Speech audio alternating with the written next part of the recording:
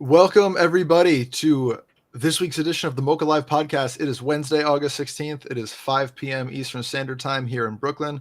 I am joined, my name is Max Cohen, and I am joined this week, as I am every week, by the founder of the Museum of Crypto Art, Mr. Colborne Bell. How are we doing, Colborne? Super. Thank you, Max. All right. Colborne's doing super, and hopefully also doing super is our special guest of this week, the Druid, one of the OG collectors in crypto art. Druid, thank you so much for being with us. How are you doing today? Thanks, Max. Doing well.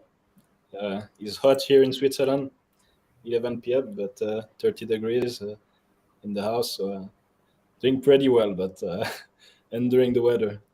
Yeah, it's hot everywhere, and apparently I'm the only one of the three of us with air conditioning. So we'll see if our skin conditions change throughout the course of this next hour.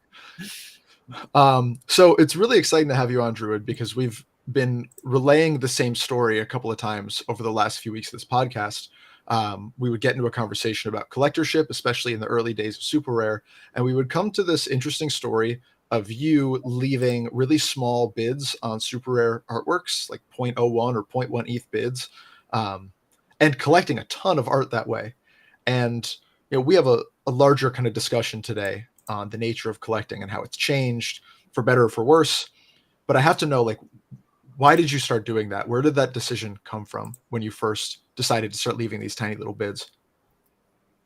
So it started. So I started cryptocurrency in 2017, and in 2019, all those altcoin stuff and cryptocurrency stuff, it got a bit over my head.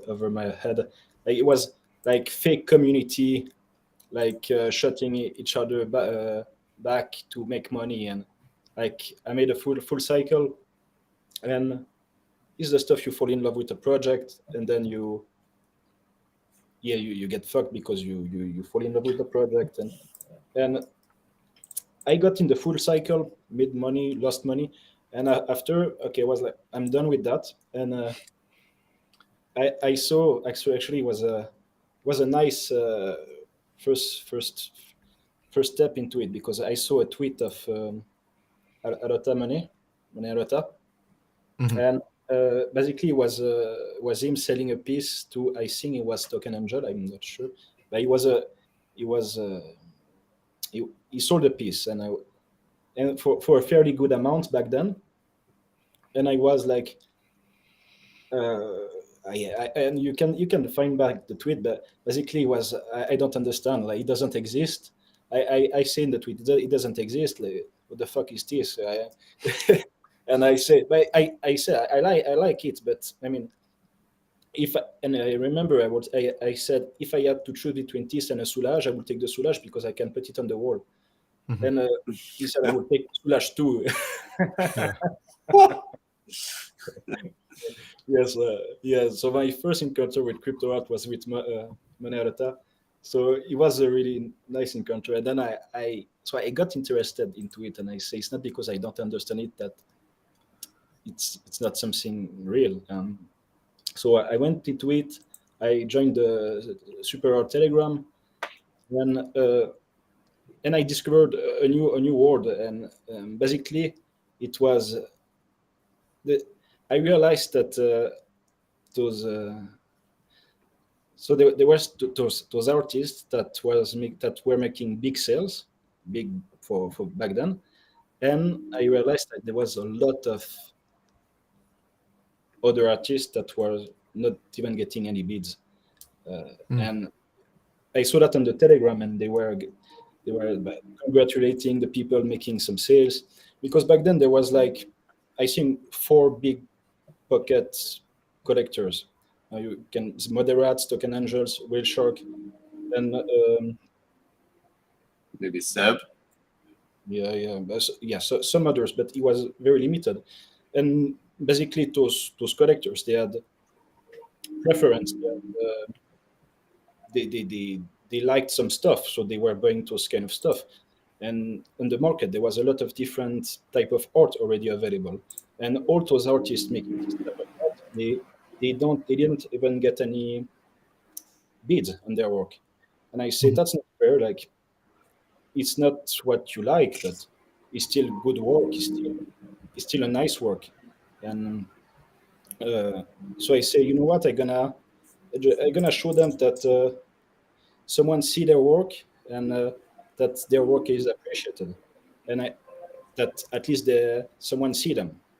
So that's how it started. I say I don't have much money on the side, but you know what? I'm gonna make sure that every artist that never received a bid, you're gonna receive a bid, and note that someone like his work.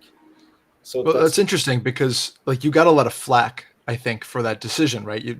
I mean, you sent an artwork to us when we kind of were talking about the conversation about yeah. it was like a lot of tweets that were pretty upset with your tact.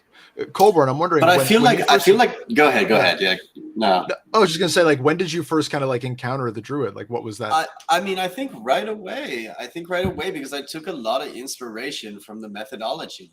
And I remember going and just dropping like point one, point one, point one, point one, point one on just anything and everything that I liked, artwork that was 2 years old that had never had a bid on it, just to like show a bit of appreciation so that the artist could feel seen. And I was shocked. I would wake up to emails like, congratulations, you just like purchase, or this artist sold you this work, and it was like 10 of those a day, and it was a really good feeling, because then like you jump on Twitter, there'd be a message, you'd start a conversation, they'd say like, how did you even find this work? I'm like, I love this work, I'm shocked nobody else out there had even seen it. And it was so nice because it was like very low stakes and low pressure, and for whatever reason, the couple people that he mentioned, there was a lot of fighting over the same things, right? Whether it was like X copy or a lot of money.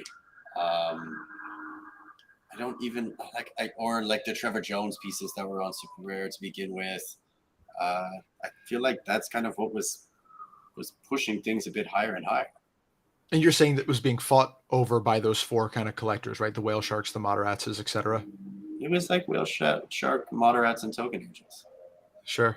And it's like, why would I ever want to get into a bid with these guys, a bidding war with these guys? Like, I got into a bidding war with moderats on a Twisted Vacancy Josie Bellini piece when she was doing her podcast. And, I like kept going. I'm like, all right, I'm not going to go one more time. I kept going. He kept going. And then at the end, he sent me a piece of like a kangaroo in a suit making this motion. I was like, that is so rude. But it was funny. Well, it was funny. Druid, I'm curious, after you started doing this, and Colburn, I suppose this applies to you as well, with these very small bids on artwork that wasn't necessarily being put in the spotlight at that time, like what kind of a reputation did that give you within crypto art? So first, I had some rules for doing that. So the first rules was to bid only on artworks that were in the hands of the artist. So I never. Sometimes I made a mistake, but the purpose was to not bid on some art that already have been sold to a collector. So it was always to bid on some work of artists that never made any sales, never got bids, or maybe made a sale or two, but it was like they had nothing. So that was my rule. So I think is how you differentiate also I don't know, it's not the respect, but yeah, where you put the limits. And yeah, the thing is, at first it was really low bids, and it was really like it was calling the dream magic and stuff like that, and I remember I saw a Telegram message of Usamond, and he said like, man, those 5 cents bids, they are nice, but it's a little low, and it's like I'm gonna accept one or two, but if it will be $2 or $3, it would be better.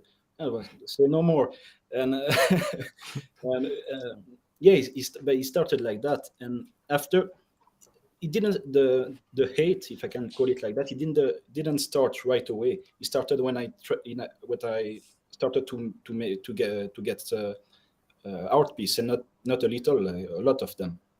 Mhm. And those people got angry and asked for me to get banned.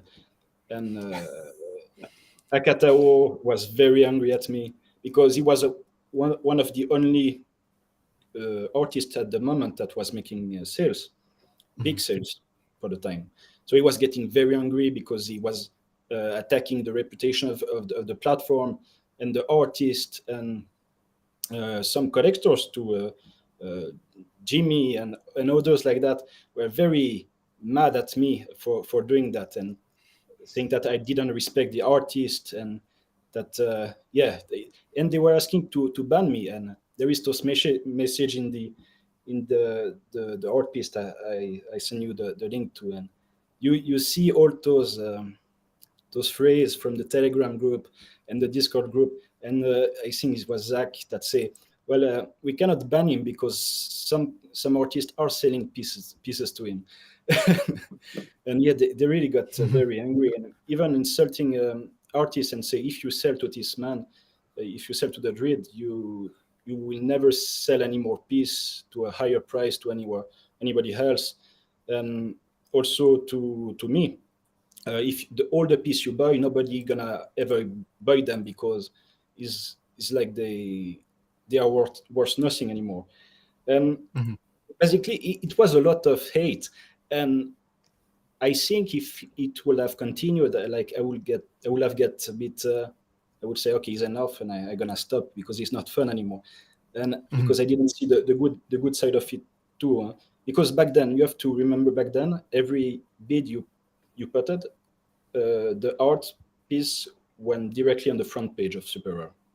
Interesting. So that was the so imagine like they were getting like 10 bits per day, and me, I was putting 100 per day. So Sure. people were starting to make their shopping based on the bids I was making. Yeah, And it's I remember some message of Gordy saying, he's my researcher, he's my personal researcher, and that was quite a bit of fun. So yeah, he was that. And the guy that really like pushed me to continue and made it fun for me to continue, he was Robness. And Robness Interesting. was the only one that came, not on the only, there was Max too, but Robness really came in the Telegram and said, yes, the Druid bids is you have to respect the Druid, is the Druid way. And we had so much fun with Rob Nass and me and this Telegram group, trashing Akatao and the others. And that was the best part of everything. It was really the best part. And yeah, big heads up to Rob Nass. He really understood what I was trying to do. That I was not trying to destroy the artist, but trying to give them more visibility. Yeah. And because back then I never thought that I would sell a piece. I never thought I could resell a piece. When I bought a piece for $1 or $5, I never thought I would ever resell those pieces. So for me, it was putting money away no matter what. And Well, also the gas money. I think was Zach that say, well, he's putting so much bids, he's losing a lot of money in gas. It's true, but back then he was costing me 2 or 3 cents to put the bid. Now sure. it's $10. So. Yeah, I'm looking over that art piece now, right? And it's like you get a lot of shit from Hackatow, you get a lot of shit from Hidden Forces has something in here against you. Carlos Marcial comes to your aid. That's kind of nice to see. Interesting artwork, interesting story. Colborn, I made this at work because it was at the end of a bit of the end of the cycle, and I say, okay, it's a bit of is a bit of my story behind this artwork, and Rob Ness saw it and he bought it, so it was quite fun too. So I want to keep us like grounded in this kind of like early era of crypto art, right? Because I'm curious, like, so when I came on to the Mocha team was when I kind of found crypto art. It all happened very quickly. It was November or October of 2021, and I had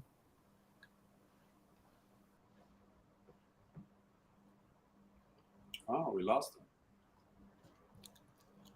Froze. Froze a little bit. John. Let me start that over. My apologies.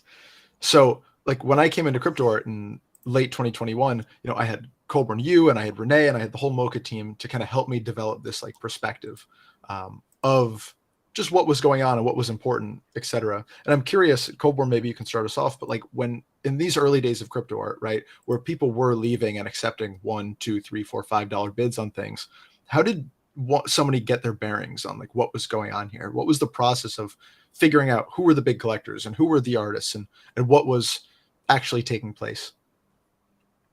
Well, I mean, we were getting our bearings from each other, right? I had no idea what was going on, but I would for sure see those bids that he was dropping, right? And those were the clues, those were the breadcrumbs, because the system was so simple. It was just a timeline, and all you could do on your side was put a bid in, right? And that would bump it to the top of the page. So you'd see everything that was getting bids.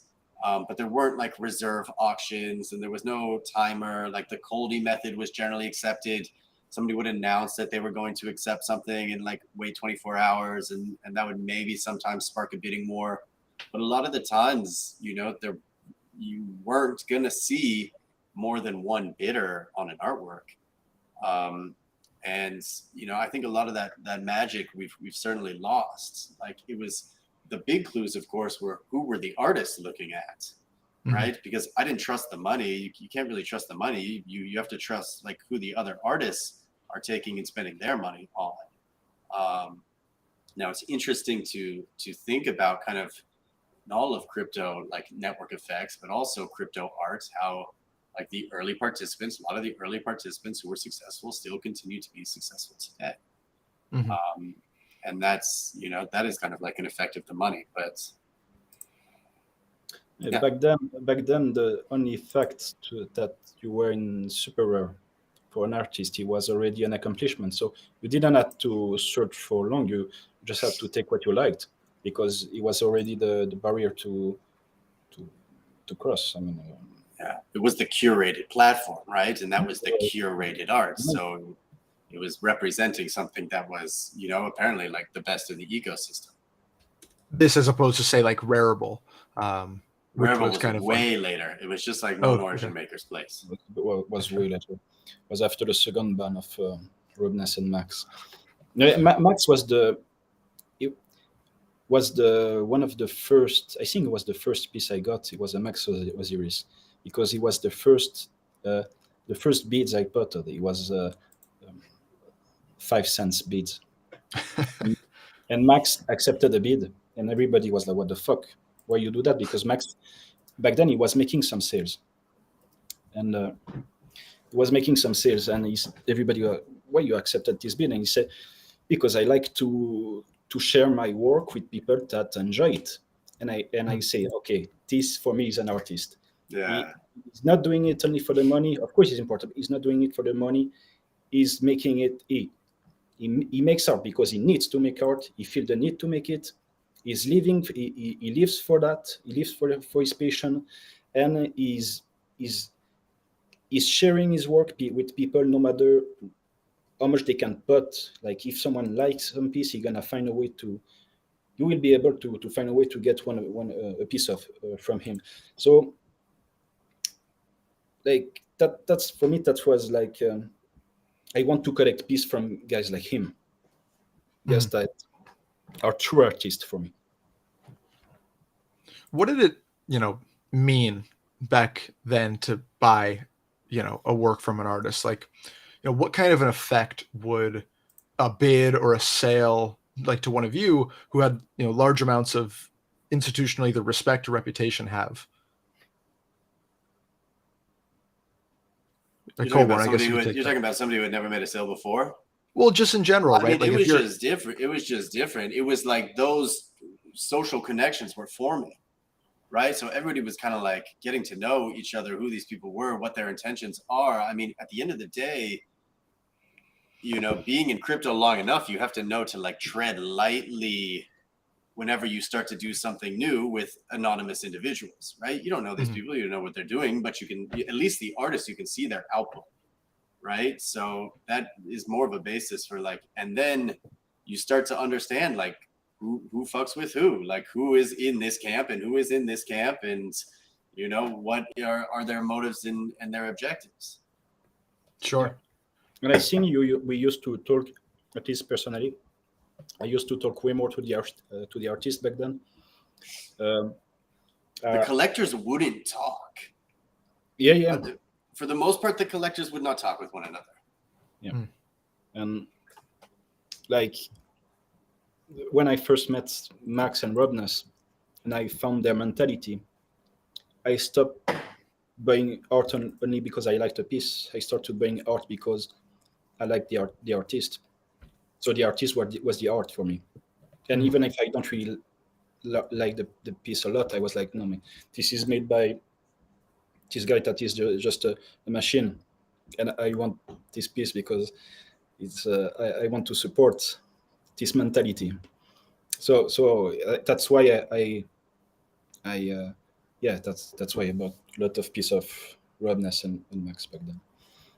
So Druid, I mean, if you were to take the Druid method, so to speak, and apply it to today, right? If you were to do the same thing on Super Rare, or maybe to go to Tezos and do the same, like, and maybe you have already, but like, what do you think the reaction would be from the artists? Do you think it would still be that kind of, I don't know, that half disdain, half appreciation of people who are just being seen by you? So in Super Rare, you could not do that anymore because the gas is way too high. On other platform, there is way too many people.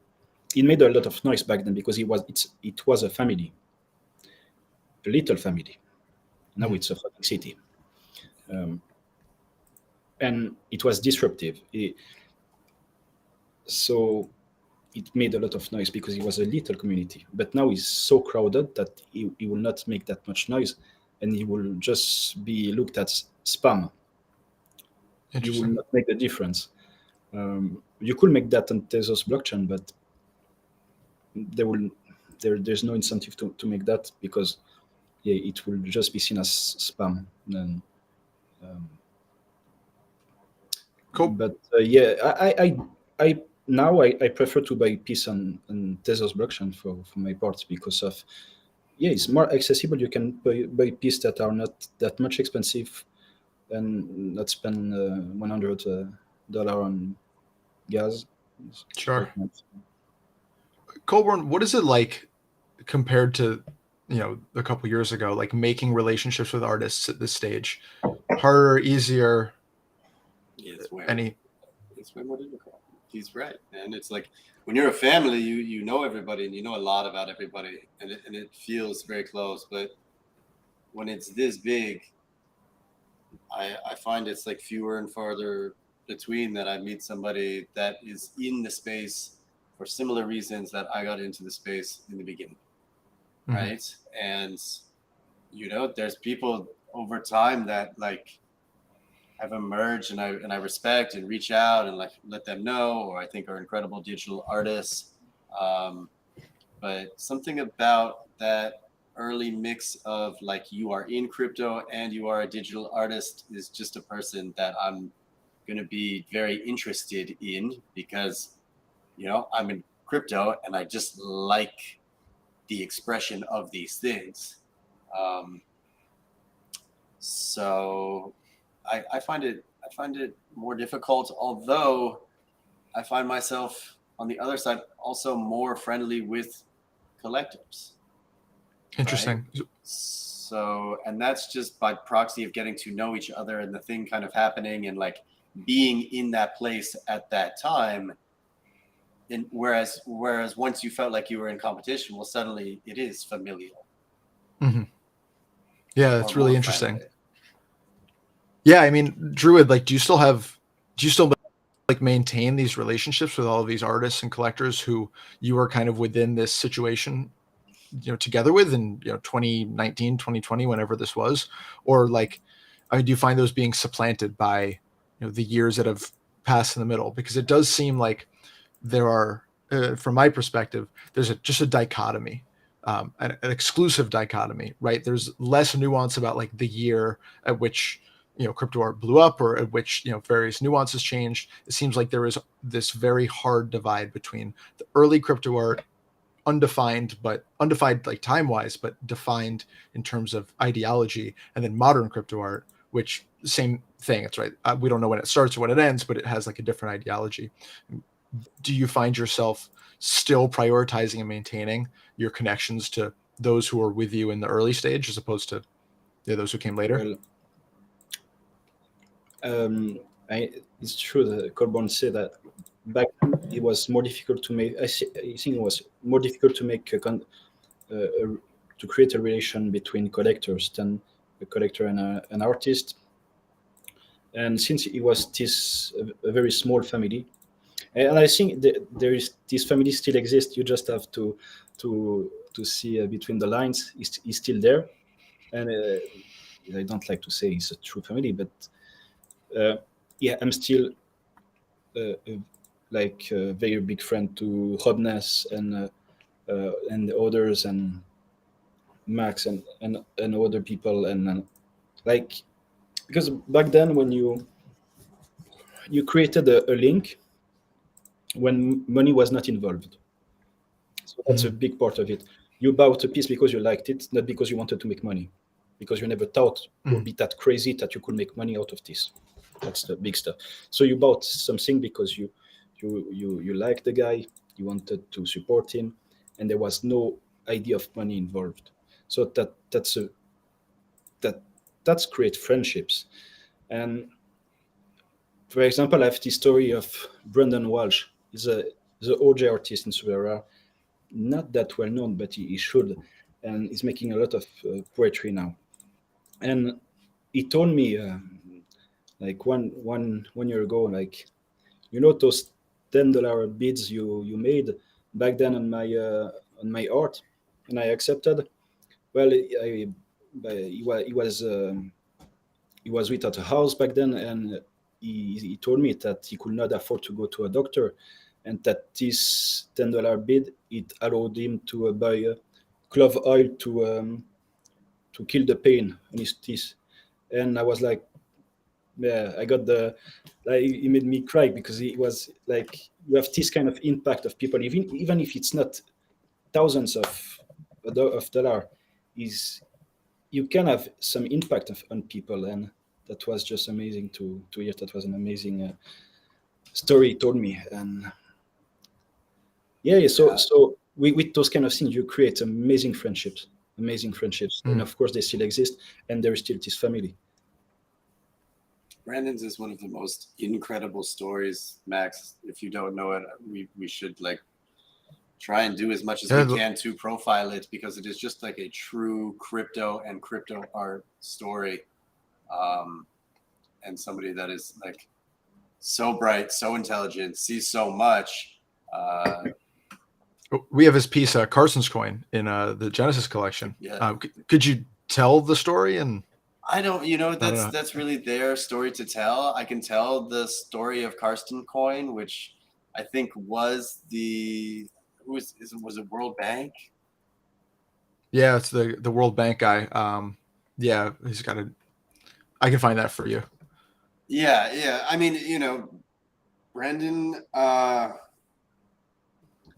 You know, it's a bit of like a cheeky piece of satire. That's the one that he wanted, you know, to be in the The Bank collection. of International Settlements, Yes, Augustine the Carson's. BIS. And I think it's when they said, you know, crypto will never be anything. The Bank of International Settlements will always be this. And he wanted to kind of, you know, he did a project called Banksters, right? In which it was a PFP Mhm. project, but it was showcasing all of the financial crimes from all of the major banks, I remember right? that. So Yeah, there was like he's the blocky guys, right? he's very well like read and researched on you know like the way the global financial system truly operates and why there is a need for new money. And he comes from a background where he had very little growing up, was you know consistently homeless, Mhm. and educated to himself to a point where he could like see so far and wide. um, and it was just you know the I I would love Yeah, know, Brandon. Brandon's out there and listening. We would love. Yeah, come on the we would- podcast, Brandon. Let's talk. Yeah, incredible story, and that piece is wonderful, and I have a soft spot for artwork that's also educational. I don't know why, but I always, I've said this before, but when I go to an art museum, I look at the works, sure, but I glance at the works, and then I'm more interested in the little And placards next to it, the descriptions. I'm not sure, but I think he's the first that made poetry and super rare. Oh yeah, Yeah, It's all right. beautiful. yeah, amazing pieces, and not enough people see it, and you can still afford a lot of Brandon work for pretty cheap. If you can have a lot of OG work from OG artists from pretty cheap if you know where to look. So Mhm. you need to support those guys. Well, it's such an interesting topic, this idea of like OG artists, because there's now these two camps. There's like these like vetted OG artists that have, again, like much bigger names, right? And it's like, the Dmitry Cherniaks, the Matt Cains, the X copies, and then there's this whole much larger class of also crypto art OGs who have every claim to that same title, who just simply don't have the notoriety, right? The Brandon Walshes of the world, who I think that what kind of just rubs me the wrong way is when people point to the OG status of a certain crypto artist as being the reason to purchase a piece or be interested in their work. And it's true, but it's also so selectively deployed, that mindset, that it just always rings false to me. It feels more like a justification of somebody's success than it is a legitimate reason for it. Does that make sense, Colborne? I can understand it, right? But you, at the same time, you have to realize that in order to arrive at the place first, you have to be thinking and participating in a level that is abnormal to begin with, right? Mhm. I think in order to have arrived at the position as early as a lot of people did, they were thinking so far ahead of what it means to create digital art, of what a market for digital art means, of what like cryptocurrency, how it can empower them. And I think there's really something to be said about that, right? And when you begin to think of, like, we came in with what we did and said crypto art is not an isolated thing, crypto art is a movement, right? And that's why, because look at how far it's spread. Look at what, like, this thing that these people laid the groundwork for, how far it's gone. And maybe that was the art in and of itself. And what is a token? What does it mean to have a relationship with a person? And what is the symbology that is held in that artwork, in that relation? And how are those like social circles drawn? I think for me, that is as much of the artwork to have been there and participated and like built and encouraged the system to be grown, as much as like the individual efforts of what people were doing at the time. Is there any way to recultivate that same sense of experimentation? Or let me rephrase that actually. Do you think that 3-4 years from now, there will be a hindsight view of people having that same experimentation today? And then B, like, if so, what do you think that realm will be in? Will it be people who are building things in the metaverse? Yeah, just what do you think? I bring back Crypto Voxel, Gangnam. Yeah, but I mean, punk rock was killed. It just, it's reborn in every other form. Like, all of these things die because of money. yeah, exactly. So me, I felt as soon as I saw some articles and you felt like that money was coming in and people were getting interested. I felt like we didn't there was no choice, but it was like selling your soul to the devil. And I I knew I was going at this point. So it was not at the beginning. It was at this point I knew that, okay, it seems like I'm gonna finally maybe make some money out of it.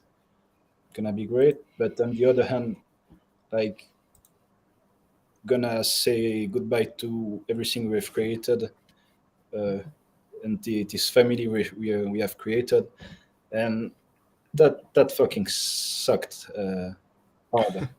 That was I yeah. personally, I hope, like, all the people that came from money, I hope it burned down, and and all the people that came from money leave, and they don't come back, because that was the best part of it. That was the yeah that was that's why I speak a lot about OG artists and collectors, is because it was people that were there not for the money. And so, as soon as there is the money factor, you cannot create the same relationship. You can't Mhm. trust the people the same way. And yeah. So of course, it changed my life. It changed a lot of people's life. That all these new collectors arrived, the new artists, but at the same time, I destroyed something extremely beautiful.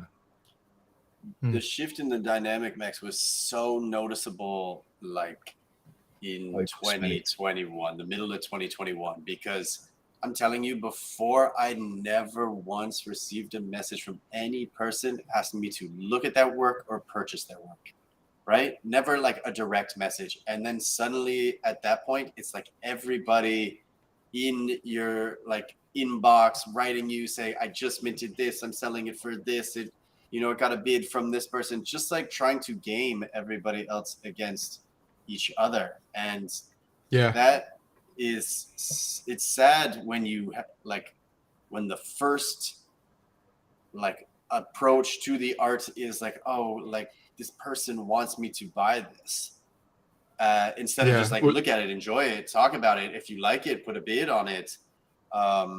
It was very marked, the shift, when it became about a market, like a digital art marketplace, as opposed to something else.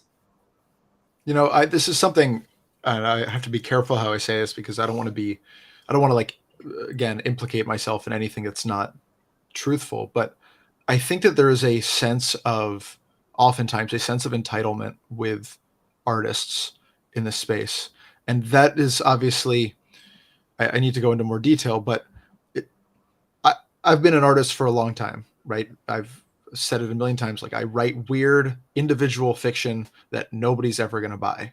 And it took me a long time. It took me all of my 20s to realize that I had to be doing this for a reason that was not money, and that I was not entitled to any success financially or reputationally, no matter how good my prose was, no matter how interesting my ideas were. That's the reality of life as an artist. I was talking to an artist named Griffin yesterday. We hopped on a call and showed him the box of novels that are sitting in my closet still, that will never be sold, that will never be read. And I'm no paragon, but I would go to like little free libraries around Boston and just leave the book in there, hoping that, I don't know, somebody would take it and they'd put it on their mantle, and then maybe somebody else would read it, and it would just be able to impact their lives that way. It was the only way I could get this art to be seen, was if I just like threw it into the world and said a little prayer. And it does seem like there's a attitude in crypto art that you should be able to that many people should be able to make a living off of their art, that everyone should be able to make a living off of their art. And I don't know, I'm torn between the idealism of crypto art and this beautiful thing that's been created, and the way it's created a middle class of artists, and just the age old impossibility of a majority of artists having their needs met from art alone. There's a reason that New York is full of really talented singers and dancers and actors who are waiting tables. That's the hustle. And it seems like the hustle is really odious to a lot of people here in a way which I don't think it is. I think the hustle is that reality, right? Of working some shitty job, of putting food on the table however you can, in the hopes that you're going to attain something, but not with the expectation that you're going to attain something. That's the way. It's the way it has to be. It's the way it's always been for artists, and no amount of technology is going to change that reality. I don't know. I mean, Druid, like, do you feel like you understand artists today, like their work and their motivations, or that it's a lot harder for you to kind of penetrate into that? No, I understand it, but I don't think that trying to make as much money as possible, or trying to turn it into a good income, is of course it will. It's amazing if it happens, but I don't think it should be the main purpose, because back then, uh, the artists and super they were making very little sales, very little sales for years, and they were still around, and they were not saying I don't make any sales. No, they were supporting each other, pushing each other, and some artists were buying art from other artists, and of course after you see artists like Rob Ness that sold I don't know, more than 300 pieces, and now he's making a living just um, of the 10%. The royalties. Yeah, Yeah. he's making just a living of that. So I think that is the dream of every artist, that not only crypto art, but yeah, it's the dream of every artist. But I don't think it should be the main purpose. I think you have to. I hope any artist can reach this point, but it should not be the main purpose. The main purpose should be to to exchange with artists, to exchange with collectors, to create for the love of creating. And if you arrive at this point, then congratulations. And don't let the money bury you. But of course, it's difficult. Of course, it's difficult. Yeah, of course. I mean, I Colburn, mean, you look like you have something to it's say. a good point too, because like in the early days, there were artists who were selling for whatever, $500, $1,000. It was a lot at the time, and nobody else was really doing anything, right? So, now there's so much in the middle that everybody is comparing themselves to each other, and they think that they should have something that somebody else doesn't, right? So they're benchmarking themselves in a place. So many people have told them, like, you need to keep low supply, there's all these rules that you need to like manage your market with, and it's so narrow, the line of thinking. It's imported from, of course, like the contemporary art world, but we don't deal in scarcity anymore. So for me, the idea is that you have to get abundance. You have to get like as abundant as possible. So then, like, once you are abundant and you are ubiquitous, well, then you have a name because so many people have your stuff. I mean, this is really what Max did. This is what Robness did. These are what people that didn't have any attention did to get attention. And it was really, it was like a hack in the system, because they sell something for $5. Well, somebody says to the Druid, somebody says like, "Whoa, what are you doing? It draws attention to it in the same way almost that $1,000 sale would." Right. So yeah, the super rare bot does not discriminate in terms of purchase price, right, so to speak. Right.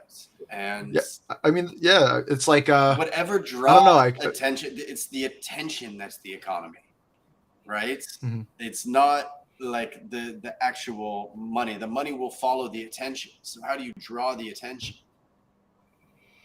Yeah, I've been thinking about this a lot in the wake of this recent, I don't even know what you call it, the series of announcements that Sam Spratt has been putting out about his Monuments game, about this whole ecosystem he's created around his paintings.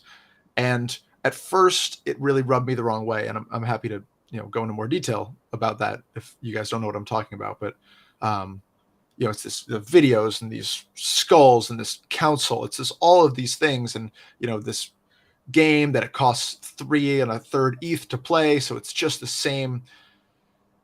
I don't know, the same ecosystem that's rewarding either the most connected people in the space or the wealthiest, and it's not actually being subversive or interesting in any way. It's just another, again, like money game for the top whoever many people to play in the space. And I was really kind of not upset, but put off by this, because I think that he's a brilliant artist. But like you said, the attention, money follows the attention, right? And like all you can do is grab hold of the attention while you have it, and I think like exploit it to a certain extent. I mean, I think one of the things that is the subtext of the conversation we've been having is so many of these artists who may have had a huge name and like huge sales back in this kind of early days, that attention's always going to be fleeting.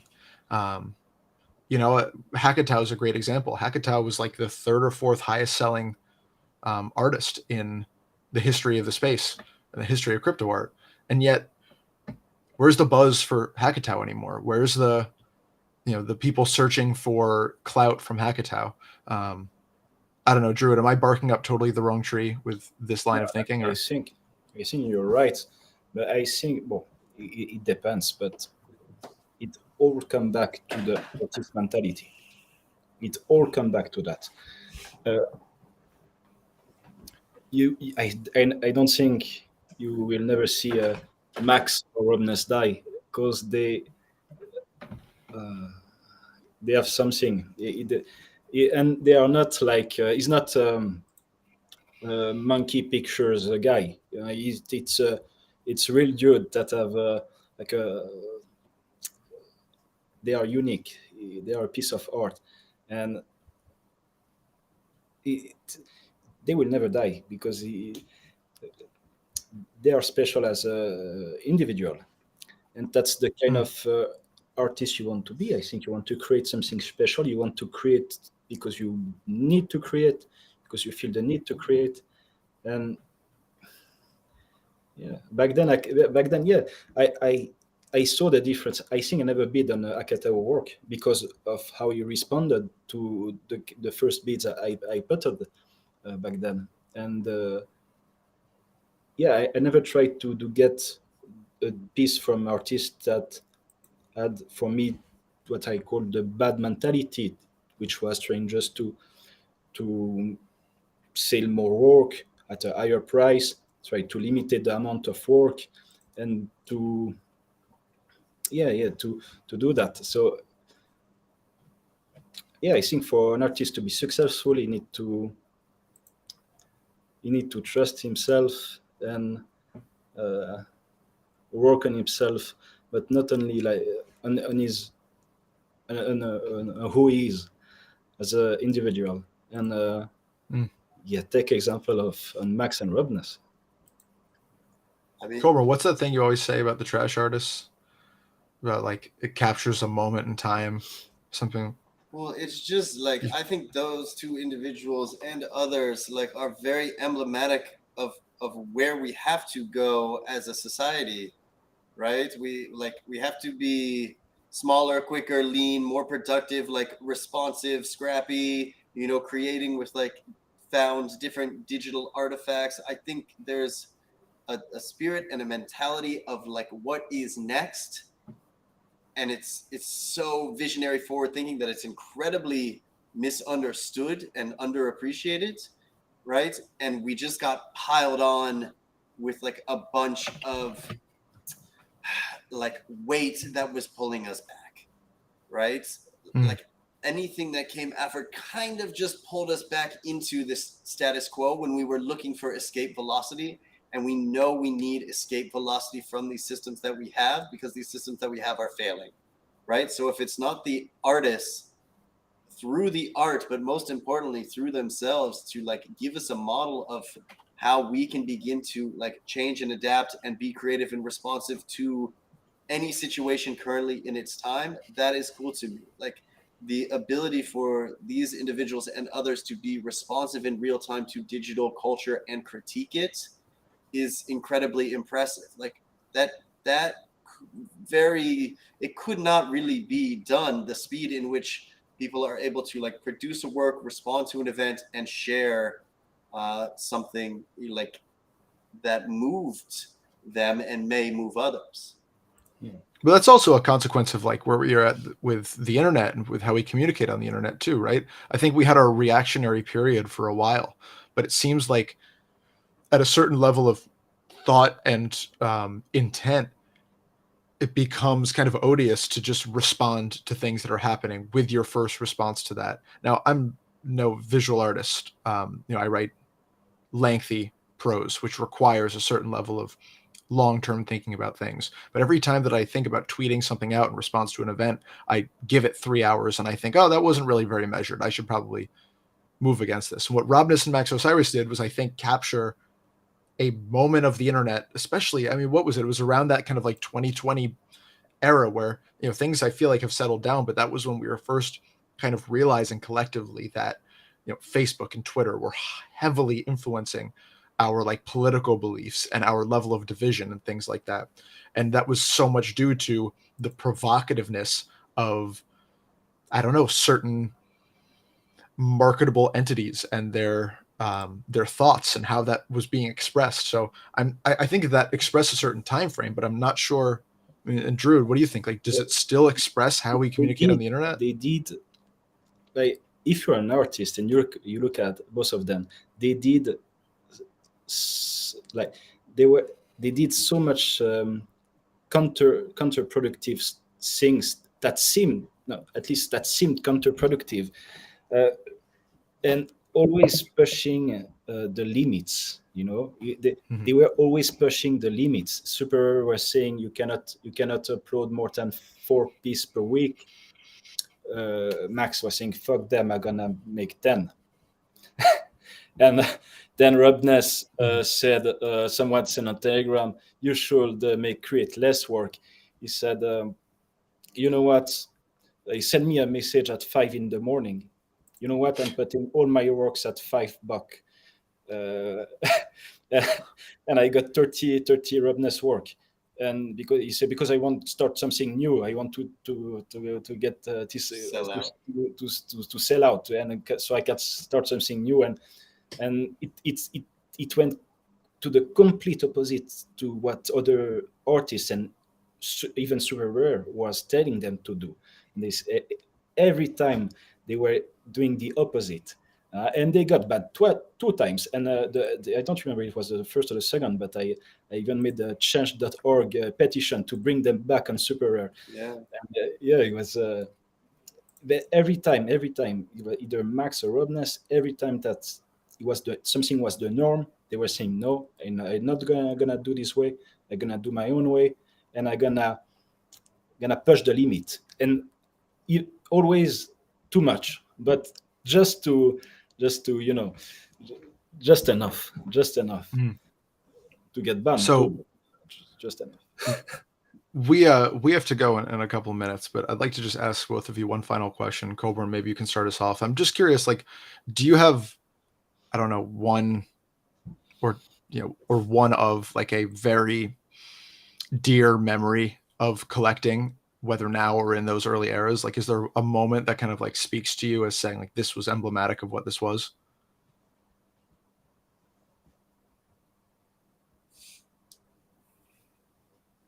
I don't know. Maybe the Drew can answer that. Druid, what do you got for us? But there's a lot of moment. I think the Brandon Welsh moment was a big one for me. It showed that all that I did back then was not for nothing. And there was some real good effect. And yeah, the Robness port in the Telegram group, pushing for the Druid beads, and yeah, this for me was the best moment.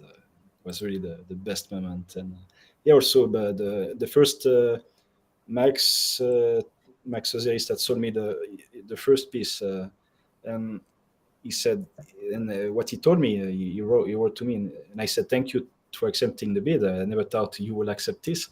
And he was not for that, and he said, "Yeah, but if someone wants my work, I'm gonna share it." It's all those things that, yeah, those are the best memories for me. Mhm. Those, I got mine. It was, the first solo show we did was with an artist, Rao Light, kind of underappreciated artist, was kind of having his moment. He was in Santa Cruz Mhm. Bay Area. He was a community manager, kind of a tech firm, and he really, I think, just embodied like the spirit. He was super welcoming, super open, wanted everybody to learn about like what was going on, and he was creating beautiful art. So we said, all right, like let's do our first Museum of Crypto Art solo show with this individual. Super excited. Nobody's ever seen my art this way. We put together this beautiful exhibition. Um, and then a week later, we found out he passed away in his sleep. Oh, Um, jeez. and suddenly there was a